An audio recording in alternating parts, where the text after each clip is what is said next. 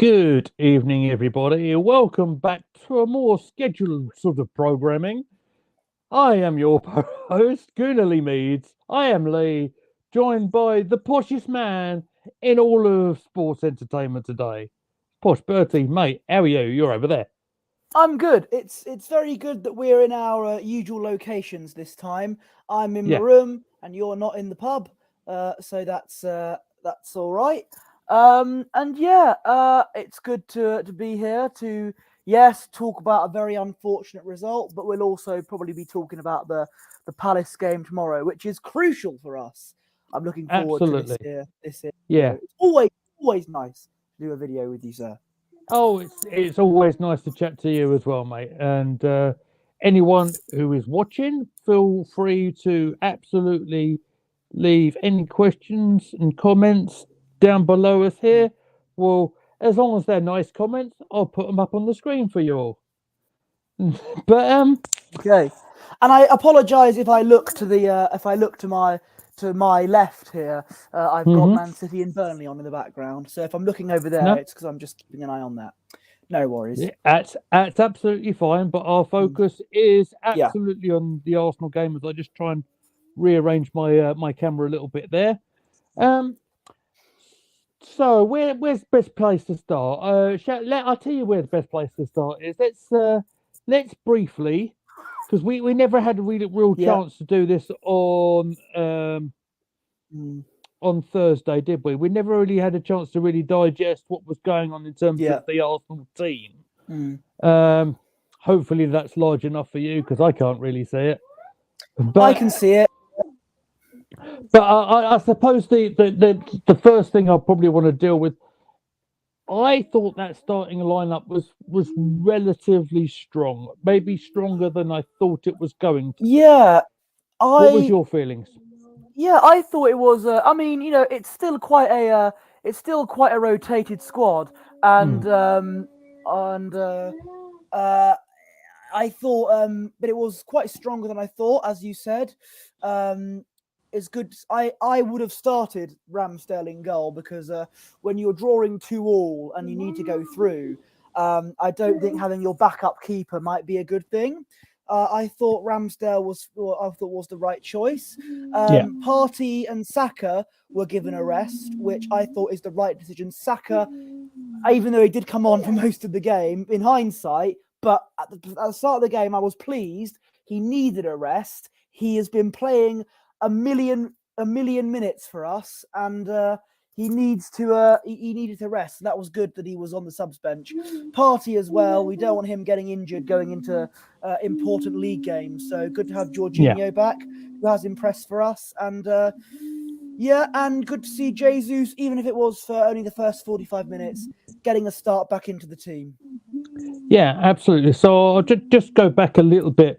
I've got to think Arteta's got to be managing Party's minutes a little bit carefully because Yeah, I think we've said in the previous stream certainly that his importance in our Premier League campaign is absolutely vital.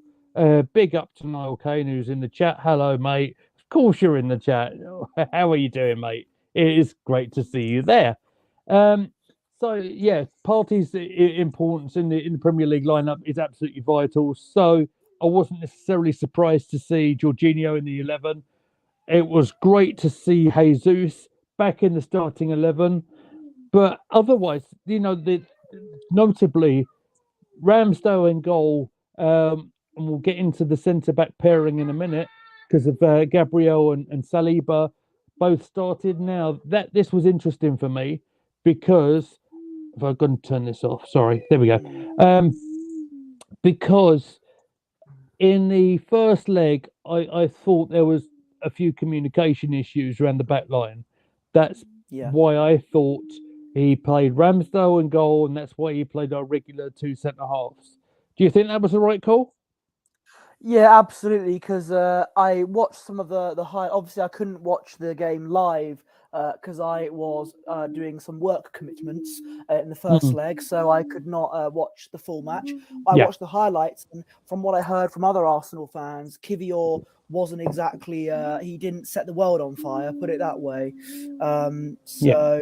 Uh, Yeah, I think playing a regular backline was fine. I was surprised that Tierney didn't start. I know I sound like a broken record when I say this, as I do with Yeah. most other things I say on this channel. But yeah, Caicedo something or other. I think Tierney. I think it's a joke. I think Tierney. I know. I'm surprised he didn't start. I don't know what it's going to take for him to start a game. Maybe he's still not up. He's still not fully fit. Maybe, but he's fit enough to get some minutes on the off the bench. I don't know. Yeah. But if he's not properly fit, then I can see why he didn't start. The issue is that we haven't got much of a left back, haven't we? Because Zinchenko goes in midfield, doesn't he? He does, but here's the thing with that, and I don't know if you had a chance to watch the video that I retweeted on our page, and if you haven't, check out Gooner Gathering, look at the retweets, because and I can't remember the guy who's done it. Really done a really interesting tactical analysis of, so when Zinchenko plays in that, I hesitate to use the free role at left back, but when he does that and he sort of cuts inside, how the three centre halves sort of go into that position, which kind of forces the opposition to make a tactical change themselves. If you haven't seen it, check it out. It's really interesting to see. Now, very early doors, unfortunately, the rotation of the right full back went a little bit belly up because unfortunately, oh, wrong one. Sorry, no, I meant to put Tomiyasu up. Where's Tommy gone? Oh, there it is. It's there. No, it's not. Doesn't matter. Tomiyasu got himself injured, and it looks like it's quite bad because he came off where I've seen pictures of him off. The end of the game with crutches. I've not heard anything else. Literally for people watching this live, I've only been home from work for about an hour. So if anything's come out in that sort of time frame, I don't know about. I've just come in and I've got my little girl in the background. You'll see more of her in a little while. But yeah, I'm kind of worried a little bit about Tomiyasu and his long-term future.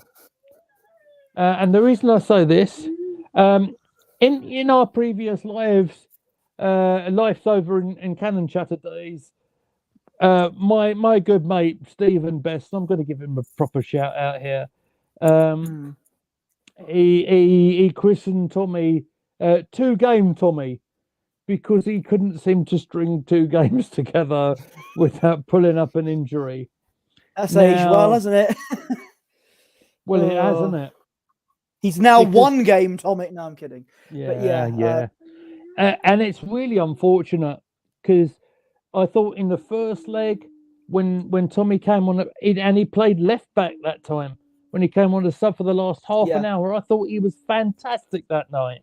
Yeah, and he's had games at right back. You don't get many fullbacks playing in both sides and doing a really good job of it, but unfortunately, the time that he spends off the field is a bit worrying, and I'm kind of thinking, in the same way that Stephen is, that in terms of Arsenal to progress, is there a bit of a question mark on Tomiyasu's future? I think there might be. It's a shame. Tomiyasu, again, when we first signed him, I didn't really know much of him or who he was. When he started first started for Arsenal, I was impressed. I thought he was quite well. He was a bit injury prone last season, and that was an issue. But for the games that he started, I was impressed with him. He from the minutes again, I had no problems with him for the minutes he was on this season. But then against Man City, he's just I don't want to say fallen to pieces, but it's not been the same since that horrendous error he did against Man City. He's not been the same player that I recognised, and I think it's just. I do hope that at some point he gets back to where he once was, but it's going to be quite difficult.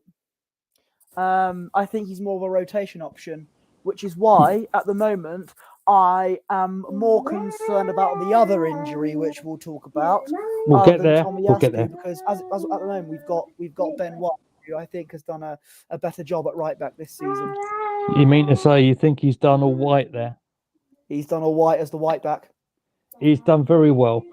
But yeah, so again, so any sort of tactical plans that they had together, I think that got sort of put down the wayside very quickly. But I thought Arsenal responded pretty decently and actually went one goal ahead very quickly. It was a goal from Xhaka, who was captain for the night, and he followed up on Martinelli's shot really well. And of course, Xhaka with his trusty left foot put it away very nicely on the rebound. It's worth mentioning a lovely pass from Jorginho to start the move as well.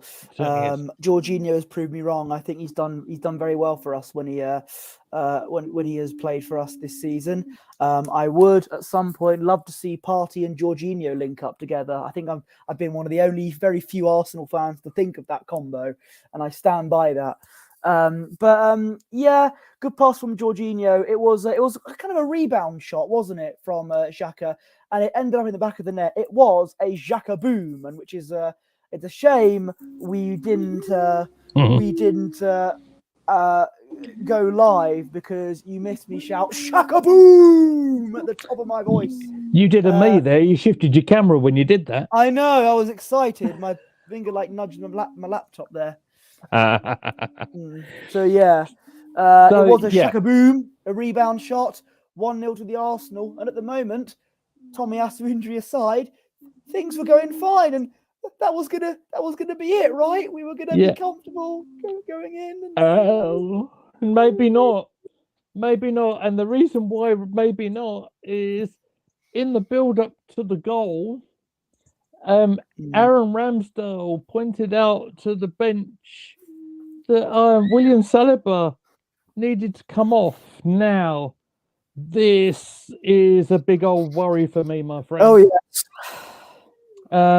I've not heard any updates since Thursday. So if you've got anything here, you can fill me in.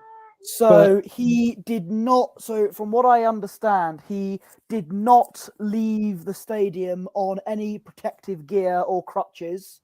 Right. From what I heard, but it is a doubt at the moment. It's a bit up in the air over whether he's going to start or even be on the bench against Crystal Palace or not. Okay. So it's a bit mixed, really.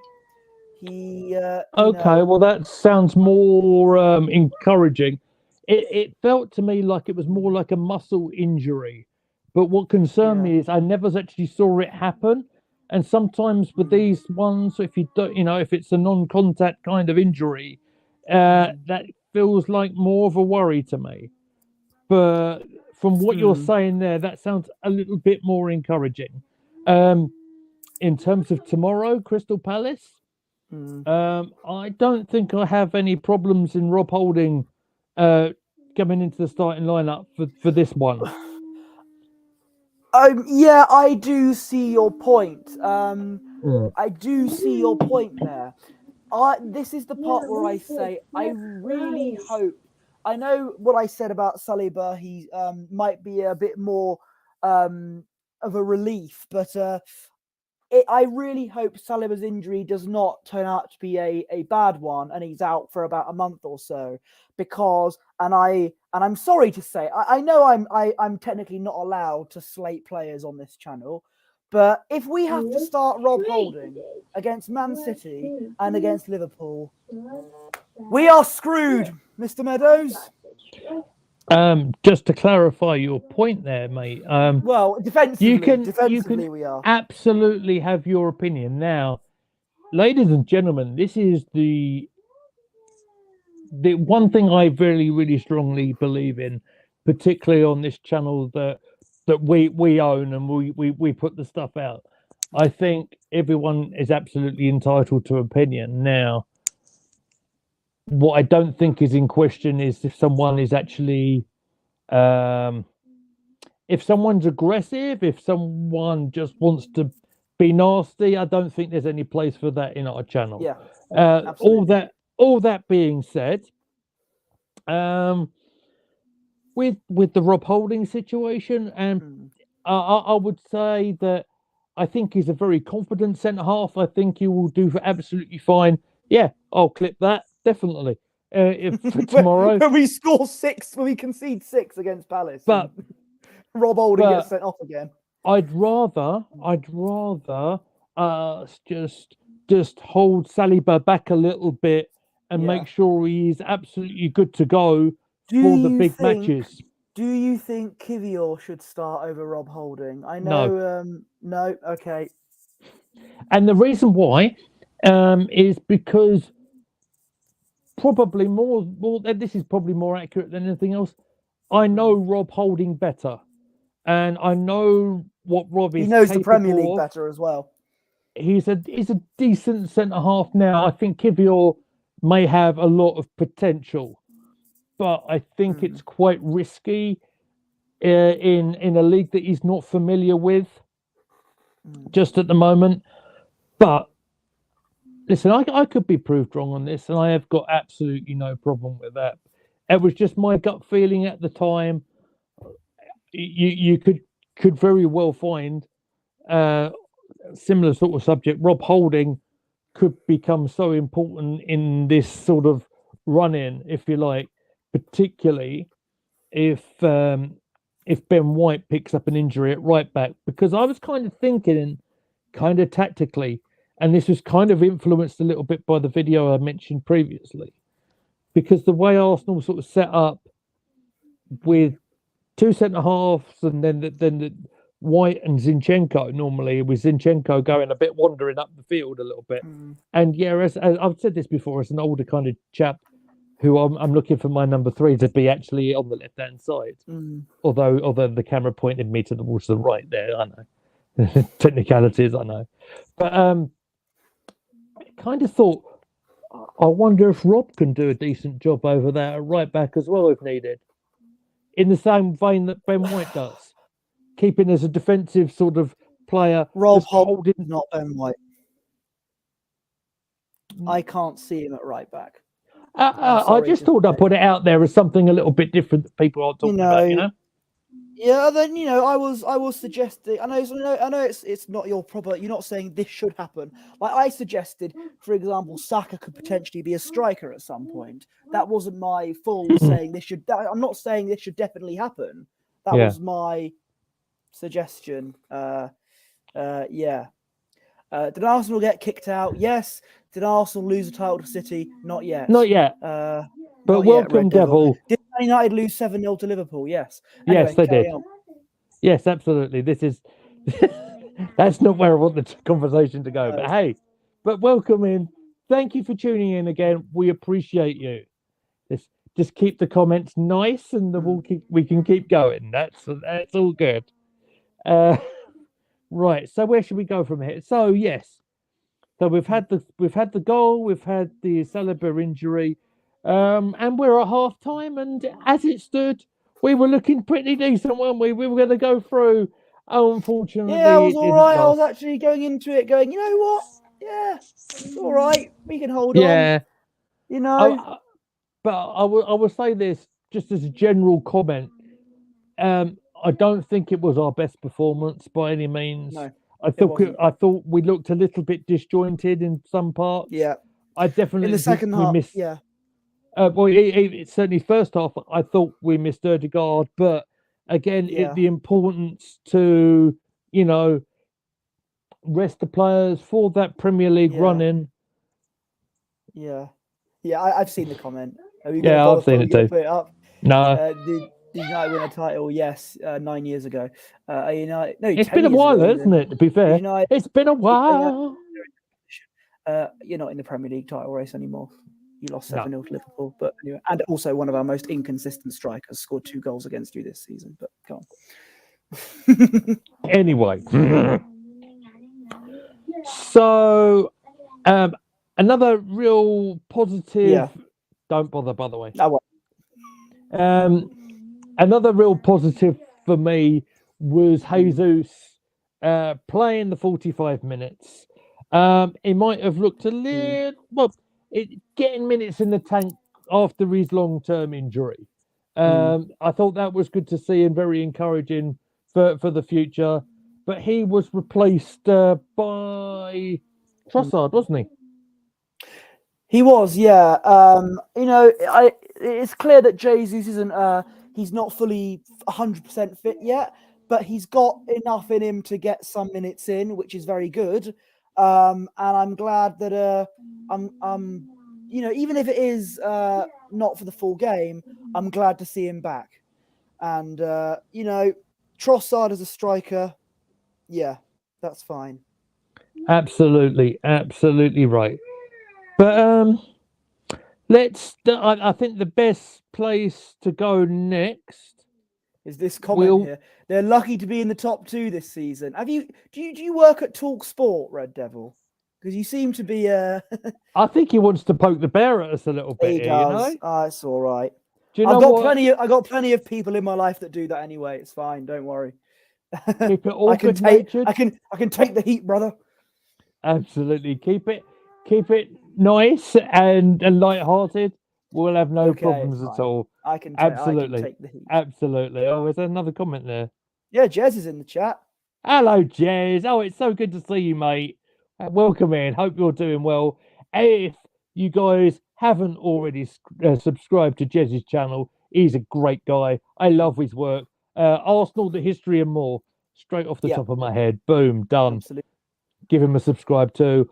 Once we've finished on our stream. Cheers. Thank you very much. So, I reckon the best place to go to now. Now, this is going to be a little bit horrible to talk about, but we're going to talk about it anyway. There it is. There's the still straight after. I'll give it a go, shall I? Goncalves scored the goal nearly on the halfway line. You mentioned when we went on air on Thursday, just on extra time, it was very, very similar in stature to Naeem from the halfway line back in the day in our Cup Winners' Cup final. It was the second one, so that would have been what, 96, I think. Yeah, I've got to say, sensational strike. You've got to give the guy plenty of credit for it.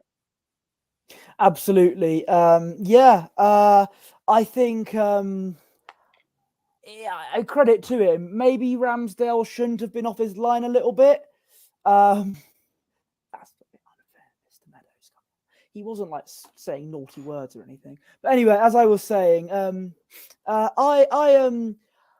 I thought that's thrown me off. That Ramsdale probably shouldn't have been off his line there, but fair play to the Sporting Lisbon player. Decent strike. And it was very unfortunate. And it also gives me a chance to talk about an Ebbsfleet match from a few years ago. Oh, fantastic. In 2016. A player, but this was 2016 in, this is Ebbsfleet highlight from 2016. I just thought I'd throw you. We had a player called Sam Deering, who was quite well known in the football league. Actually, he had football league experience. And when the game kicked off, 6 seconds in, he found we were playing St Albans of all teams, and he found that the St Albans keeper was off his line. 6 seconds into the game, boom, from the halfway line, 1-0 to the Fleet. That's what it reminded me of. So the Sporting Lisbon player in the first class league in Portugal was showing shades of National League South Sam Deering there, as we all should in football. The other one I'll shout out as well, Beckham, halfway line, Man United against Wimbledon. Yes. Just for Devil, if he's still there. It was very, very, very similar in terms of the way he hit the ball from the technique. It was absolutely superb. So there it was. Now, there wasn't really an awful lot to talk about following that, really, was there? I don't think Arsenal were anywhere near their fluid best. They did end up bringing the big guns on later in the game. So we talked about Partey, we talked about Saka. I think there's one other thing I probably want to talk about, and that time when I was somewhat concerned that Ramsdale went down rather heavy. Mm. We never talked about this on Thursday because it kind of happened sort of way before we went on air. Yeah. But there Yeah. was a rather heavy tumble where I was Mm. kind of thinking we've already Mm. made all our subs here. But then a chap in the pub reminded me there's concussion substitutes. So Turner could have come on if we needed him. But I was rather glad. Didn't need him. Yeah. But look, Ramsdale, despite the penalty shootout, we did okay actually in hindsight. But I thought in the match, I thought he was very good. Yeah, he he's was. Brilliant keeper for us. Saved the ball with his face. And that was a good chance of sporting as well. And thank God he wasn't concussed after that. Yeah, absolutely. Absolutely. So we went into extra time, and then we went to the chaotic scenes of me in the pub, looking like a professional broadcaster, like I did. It was quite fun. I've got to say, it was a fun experience. You know what? I quite like that stream actually, because it was I interesting. Fulfilled my dream in reacting to a live penalty shootout. Exactly. Sadly, the full dream didn't come true, but at least it happened at the end of the day. So there was a small part of me who actually kind of wanted to go to penalties for the sake of the content, but there was a big part of me who wanted to go to bed. So, which is why Trossard, when he hit the post, really stressed me out a bit. Oh, it was so close as well. It was a great hit. I don't think he could have hit it any better. And for a guy that's been in so good form, it was really unfortunate. But that was, I think, in the first half of extra time, without having written it down. I don't really think there's much more to sort of delve into here, other than going to the lottery of penalty kicks. And so we'll talk about it just a little bit, and that I'll say this for Martinelli as well, because it's a real shame for a guy who's really played himself back into form. I actually thought he had a pretty decent night overall. Actually, really unfortunate that his spot kick was saved. I'll give plenty of credit to the goalkeeper who guessed the right way and kept it out. Really unfortunate. I'm not going to get on Martinelli's back at all. I just hope he can bounce back, hopefully rather quickly. I'm kind of thinking like tomorrow would be nice. I hope so. My concern tomorrow is that a lot of our players are going to be absolutely spent, are going to be absolutely knackered in that game, and I hope, I really hope we can pull off a good win against managerless Crystal Palace. So yeah. Which we'll get into in just a minute, because I've got a couple of points I want to bring up with them. Yeah. But so in terms of the result itself, and Arsenal losing on penalties like we did, look, where do you think, how disappointed on the scale of the bigger picture are you here? Because my kind of thinking is this constant Thursday, Sunday thing is a lot of games to consider. I'm upset, disappointed that the Europa League is not there, and it probably is there. Probably, if Devil's still there, probably it's still there for United. If Red Devil is still there, you should check out the reaction to the. If you want to witness two Arsenal fans be miserable and suffer, go and check out our reactions to the penalty shootout. I'm sure you'll enjoy it. And I'll put out a short out as well, just for the content. Of course. Look, I am disappointed. Obviously, it's never nice to get knocked out of a competition. But when we win the league, you can clip that. No one's going to remember this. Absolutely. There's a bigger picture involved. I really felt that it was, the general performance was disjointed. Wasn't helped by the fact that we had to make the two substitutions in the first half, and then the third one was made right on the half-time whistle. So any sort of plans perhaps of Emil Smith Rowe getting any game time was kind of scuppered, weren't they? And Yeah. I thought that was a real shame. Mm. My kind of feeling is he might play some minutes tomorrow. Got to rest some players, I think. Against Palace, I reckon, after the tiredness. But and maybe I Tierney think could come in tomorrow as well. Just throwing it yeah, out there. yeah. That's that's a good idea. I don't know if Nketiah is back. No, he's saying he's on his way. From what I understand on socials, he seems to be doing okay. Again, same vein here. I don't want to rush Eddie back. No, particularly with Jesus coming back for a start. Not that I'm saying we're going to start Jesus, by the way. I think the front three, very much of Martinelli, Trossard and Saka, I think makes an awful lot of sense again. Yeah. There's plenty of energy there. There's plenty of ability to make some changes during the match in that. I would imagine that should have plenty for Palace to deal with. The Palace side that have had quite a bad week, I would suggest. Now, I'm not going to say I've had a chance to watch it because that will be a lie. And I'm an honest person here, right? At least someone is. Yeah. I'll before I get into Palace, Jez has put a comment in, which I will definitely put up. Another week or so for Eddie. Personally, I don't want him back. Rubbish player. See, this is the thing. This is the thing. It's all about expressing opinions. It's all about expressing the opinions and putting it the right way, right? Listen, I've got this, this thing that's sort of been tagging around me, and I get this quite a lot. I was so pleased to see Eddie sign that contract in the summer because I see a lot of promise in him still. And I know sometimes it's so frustrating, but he has his moments. The Man United game comes to memory straight away. I'll give you one thing about Eddie Nketiah. The Man United game.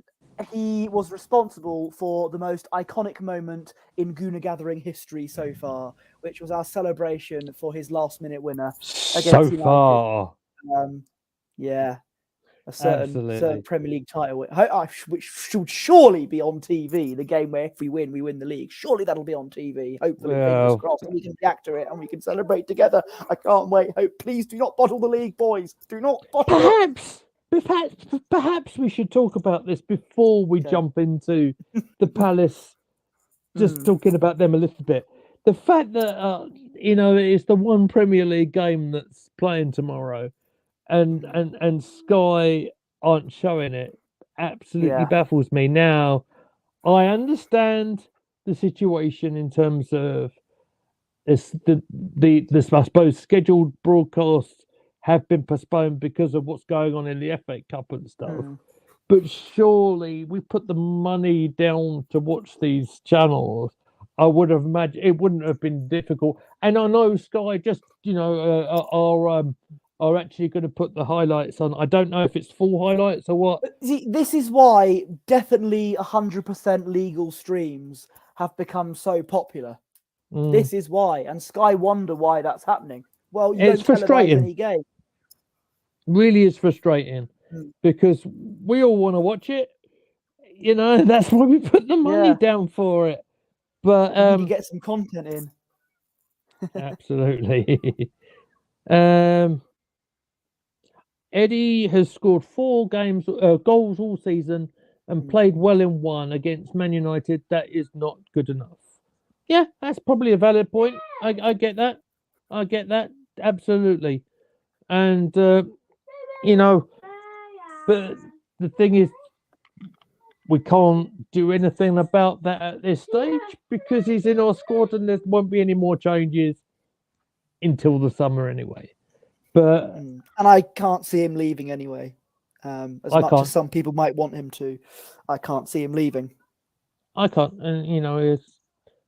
and maybe do you think he might need a loan spell like Balogun did? Because look at him, look at how he's doing. I can't see him leaving Arsenal on loan. No, I don't think that will happen.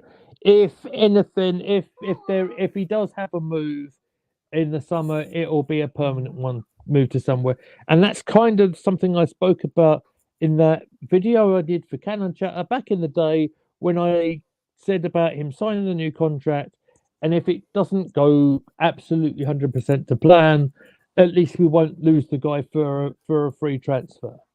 Because I don't think we've lost enough players as it goes for absolutely no money. There is value there in Eddie, I would suggest.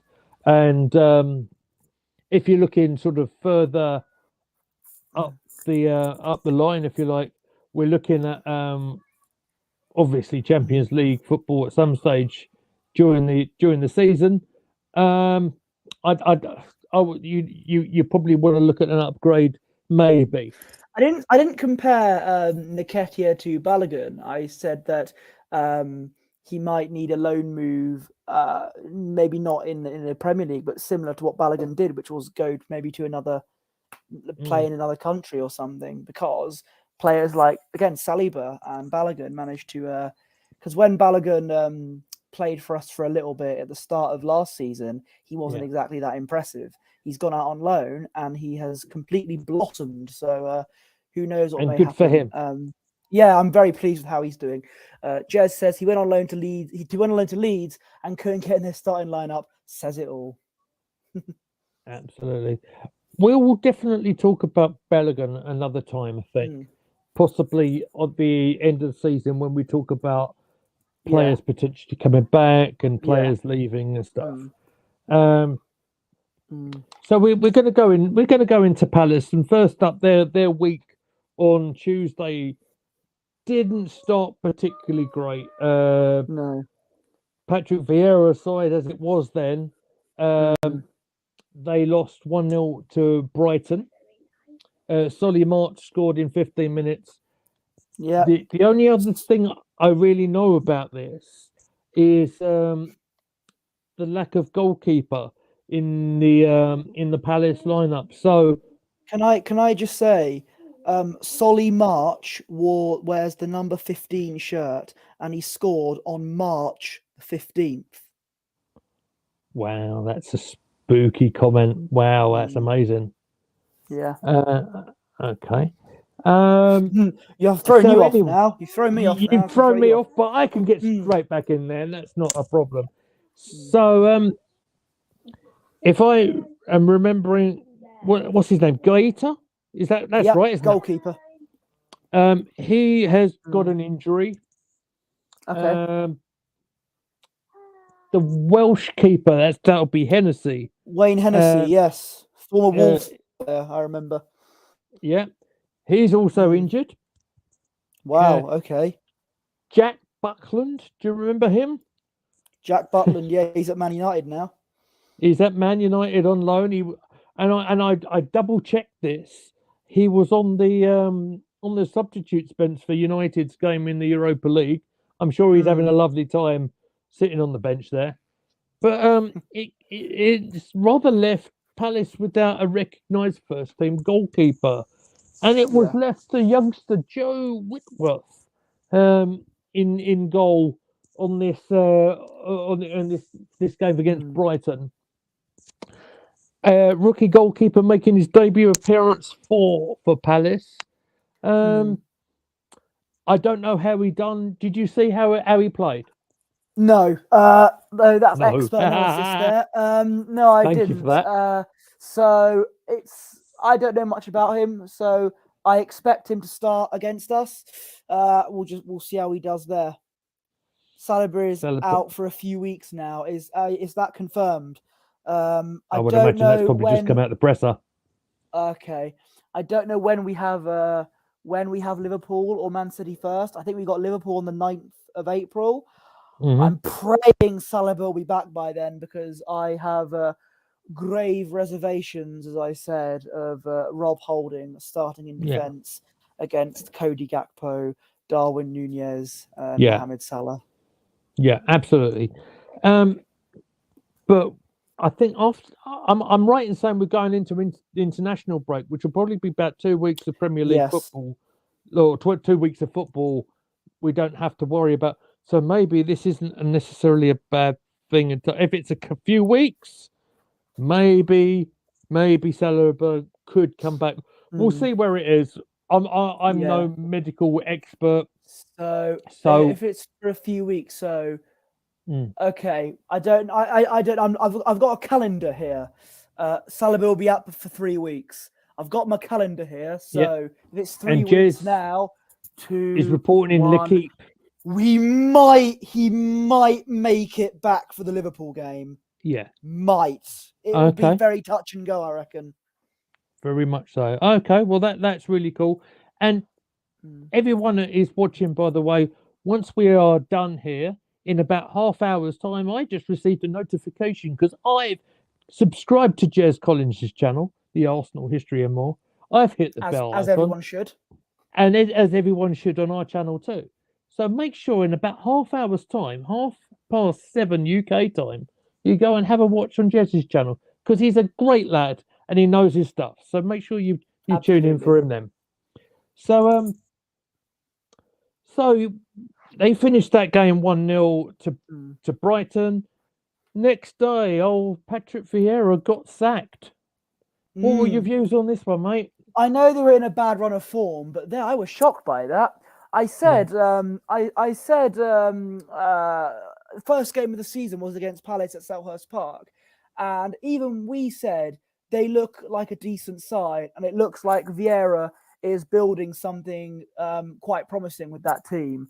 And it's a shame that he's been sacked now. And of all the managers they're rumoured to replace him with, Mr. Twitwoo himself, Roy Hodgson, might be coming back. He's Absolutely. like a turd that won't flush. Honestly. Did you not see it? It's a display. That's my. Roy Hodgson's coming back. Yeah. Patrick Vieira got sacked on St. Patrick's Day. Oh Craig. gosh. The irony of that one. Sully March on March the 15th. Absolutely. Oh, spooky coincidences there. So yeah, you nicked my next point straight off me. So yeah, there's that one done. Is there anybody else that you could potentially think? Because my Big feeling Sam Allardyce, maybe. Oh, the classic. There Yeah. it is. Call it all off. Big Sam's coming back. Yeah. He managed Palace before, got them out of relegation. Yeah, I suppose he did, didn't he? Wow. Okay, well, there's that one done. Sorry, I'm just sort of somewhat distracted by what's going on in the other game. I'll ignore it. He can manage Crystal Palace and sell Lokonga. That's a really good point, actually. Vieira signed Lokonga. With his funny that ever since he signed Lokonga, he's been in a bad run of form. What a coincidence! Well, I mean, who'd have thunk it, eh? But so I think let's concentrate more on Arsenal now.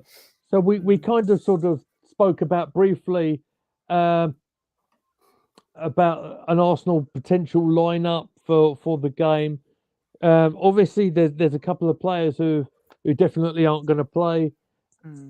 How what your initial feelings? I always use the phrase cautiously confident. I don't know really because we're going to be very tired from the Europa League game, and we don't have that much squad depth compared to the likes of Man City, obviously. And also, Palace are a bit of a bogey team for us. We always tend to struggle against them. Yeah. And Haaland has just scored a hat-trick. Other than that, I think... I'm just watching Everton Chelsea about to take a penalty against Everton as well. I think it's going to be a difficult game, but I think we might edge a 1-0 win. Havertz scored. Cheeky so he is. But I'm going 1-0 to Arsenal, and 1-0, Martinelli will get the goal. Oh, I'd love to see that. Wouldn't that be a great story? Yes. Him just coming back after the penalty miss. And yeah, that sounds like a lovely redemption story. It's what we're all about, isn't it, mate? Yeah. So fair enough. I'm actually hoping that they're going to Yeah. rather test this I this goalkeeper a little bit. yeah. I feel another I Jacoboon coming up, to be honest. I think it will be a very tough game. I do Mm, think Palace might cause a few problems for us, yeah, as they always do against us. I think with being managerless and etc., I think they will have a point to prove and they will yeah, turn up. But I think I think he's gonna pull off a few good saves. And yeah. I think Martinelli gets a goal. It won't be the most exciting game for us, but I think we'll get the win. We'll get a 1-0 win. That's what I think. Fair enough. It's gonna be one of those games. You I you think. mean like one of them that just grind the result out? It Yeah, doesn't have to be pretty, similar to the game, I think. but the importance of getting them 3 points this weekend in particular, especially if Haaland's making a bit of making a little bit more of a statement, just like he did in the Champions League again. By the way, Yes, you know, one of the first the big guy, games he's turned up in.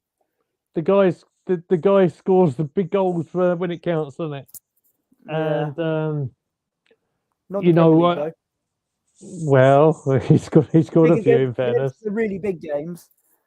Yeah, absolutely. Yes, he absolutely. scored against Arsenal, but that was he was like the only time in those 90 minutes he turned up was the 87th minute. So Do you know what? I got to respect it though, mate. I got to respect it. oh god, he's a great goal scorer though. Don't get me wrong. A goal scorer that can, Don't you get me know, wrong. might not get a kick for 90 minutes, but it'll come to that But crucial time. when he does, Bang. then yeah.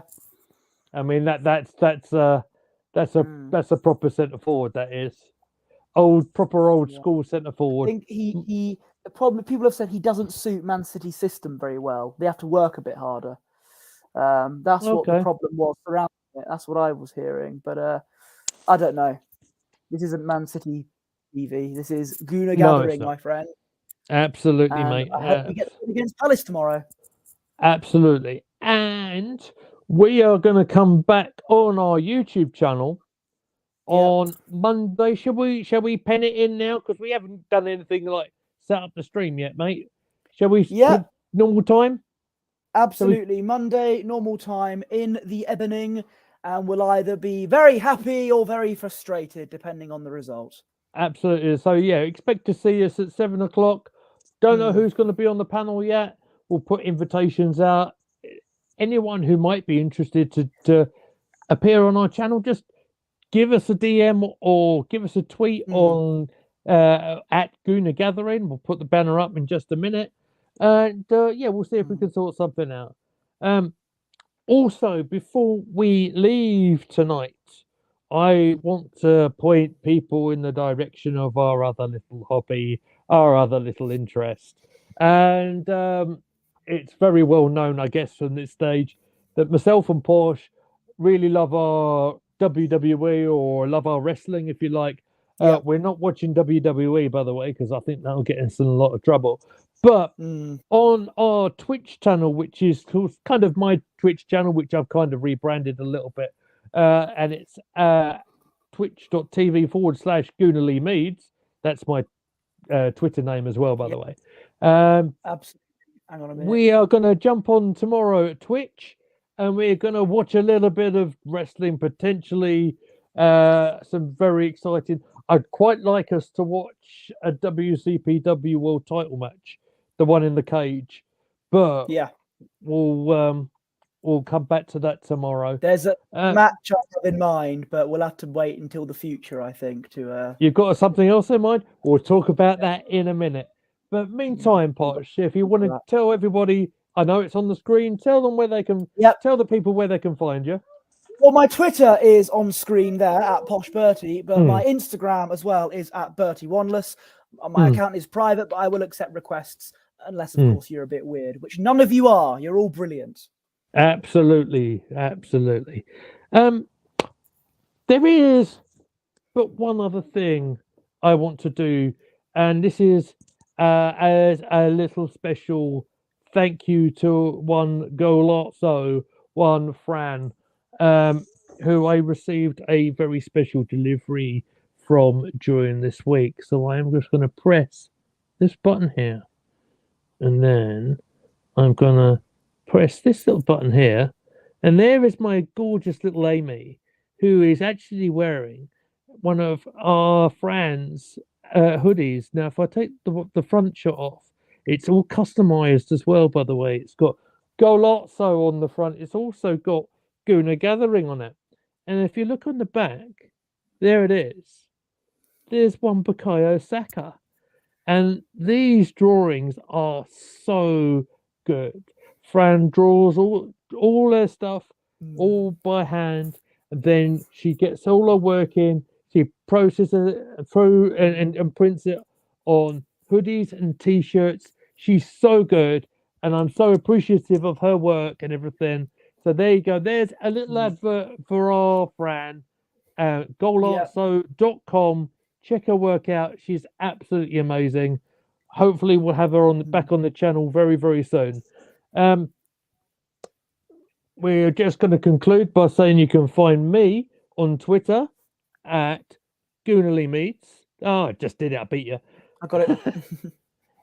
You got everybody else's socials there. You got Sam Wilson. You got Matt Roberts as well. You can find all of us here at Guna Gathering. You'll also find our streams if they're an hour or less. We are going to put them on Spotify if that's easier for some of you to listen to. I'll be doing that later on tonight, hopefully. Maybe you can listen to us on your way up to the Arsenal tomorrow. But until we see you tomorrow, we'll put a time up on this for the stream on Twitch tomorrow. Have a lovely evening, everybody. Take care of yourselves, and we'll see you soon.